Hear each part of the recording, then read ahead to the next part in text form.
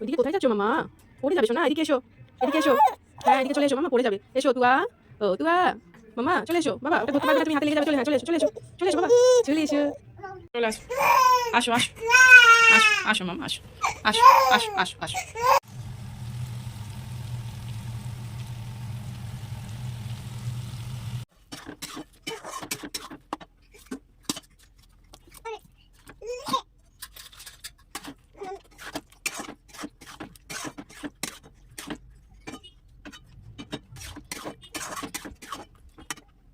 বাবা পড়ে যাবে কিন্তু বাবা।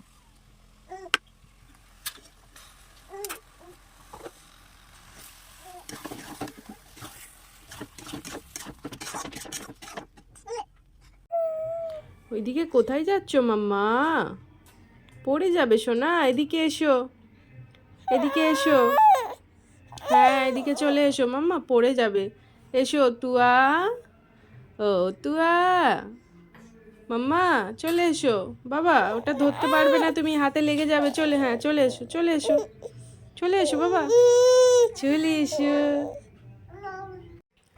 হ্যালো এভরিওয়ান, কেমন আছো তোমরা সবাই? আশা করছি সবাই ভীষণ ভালো আছো।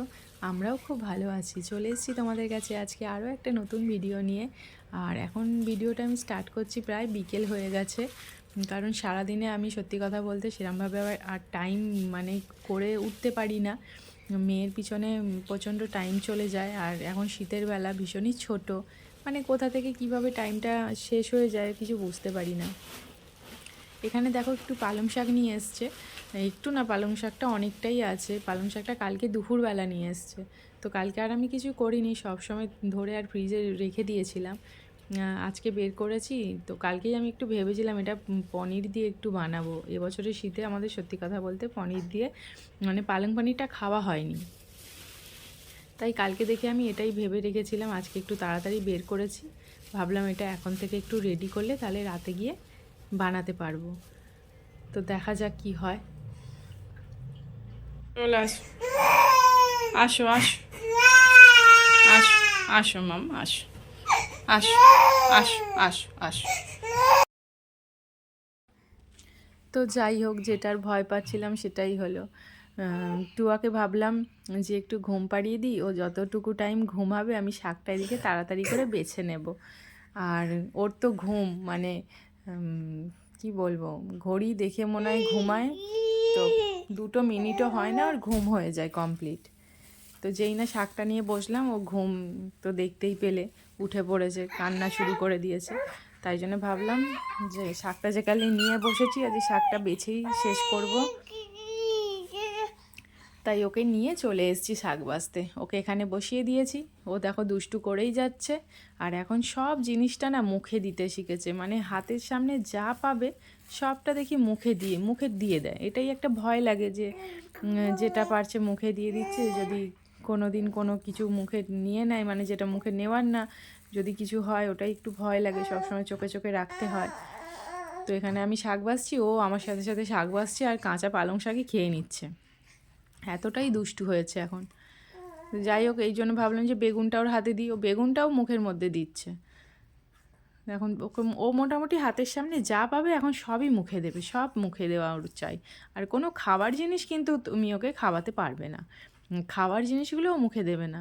আর ও নিজের খাবার থেকে না বড়দের খাবারটা খেতে একটু বেশি ভালোবাসে।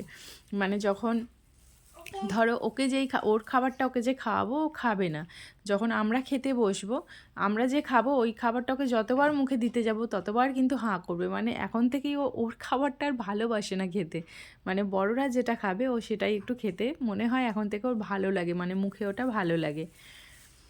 তো এইভাবেই টুকটাক করে চলছে। আর এখানে দেখো এতটাই দুষ্টু করছিল যে ওকে আমি কোলে তুলে নিয়েছি, মানে ভীষণই কাজ আমার আরও বাড়িয়ে দিচ্ছে, তাই না ওকে একটু কোলে তুলে নিয়েছি, কিন্তু ও তো কোলে থাকার মেয়ে না। এই যে দেখো ছটপট করেই যাচ্ছে। আর অনেকটাই শাক ছিল, শাকটা কিন্তু অল্প ছিল না, অনেকটাই ছিল। তো আমি অতটা আর বেছে উঠতে পারিনি, মানে বেছে নিতাম যদি ও একটু ঘুমাতো, কিন্তু ও যেহেতু ঘুমায়নি তাই জন্য আমি আর অতটা শাক করিনি। শাকটা অনেকটাই শাক আবার ফ্রিজের মধ্যে তুলে দিয়েছিলাম। আর বাইরে এখন প্রচণ্ড পরিমাণে ঠান্ডা পড়েছে, মানে ঠান্ডাটা তো ভাবলাম হয়তো মনে হয় এবছরে পড়বেই না, কিন্তু শেষের দিকে মানে এতটাই ঠান্ডা পড়ে গেছে, মানে বেশ বেশি ঠান্ডার সময় ঠান্ডাটা ভালো লাগে যদিও, কিন্তু এটা অতিরিক্ত ঠান্ডা, দেখবি এতটা ঠান্ডা পড়লে মানে কাজ করতে ইচ্ছা করে না, যেন মনে হয় চুপ করে বসে থাকি একটু কাঁথা মুড়ি দিয়ে, এরকম একটা ব্যাপার। কিন্তু কাজ তো সবাইকে করতেই হয়, যে যার কাজটা সে মানে সবাইকে তো করতেই হয়, তো আমাদের তো আর কোনো ছুটি নেই।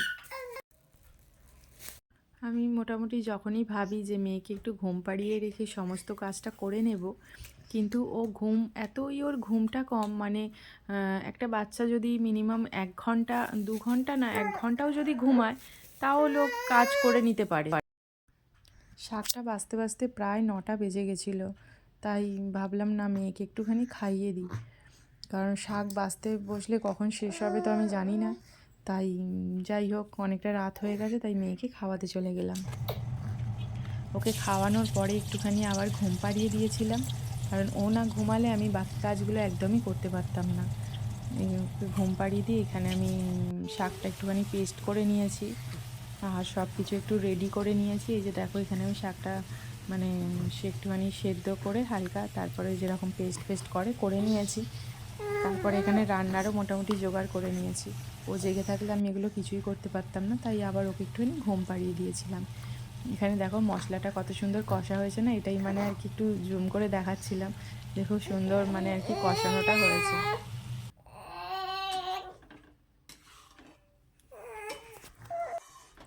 এখানে পালং পনিরটা আমার প্রায় রেডি হয়েই গেছে। তো এই সব তরিজোত করতে করতে প্রায় এখন ঘড়িতে 11টা বেজে গেছে, মানে শুধু পালং পনিরটা করতে গিয়েই রাত 11টা বেজে গেছে। আর শীতের রাত 11টা মানে অনেকটাই কিন্তু রাত, মানে শীতকালে দেখবে তাড়াতাড়ি মানে সবাই যে যার মানে কাজ বাজ অফিস করে মানে কেউ আর বাইরে আড্ডা দেয় না, সবাই যে যার মতো বাড়িতে চলে যায়, গিয়ে একটু খাওয়া দাওয়া করে মানে একটু ব্ল্যাঙ্কেটের তলায় ঢুকতে পারলেই বাঁচে। মানে শীতে অতটা কেউ বাইরে থাকে না, 10টার সময়তেই বেরিয়ে দেখবে যেন মনে হয় রাত 12টা বাজে, এরম একটা ব্যাপার।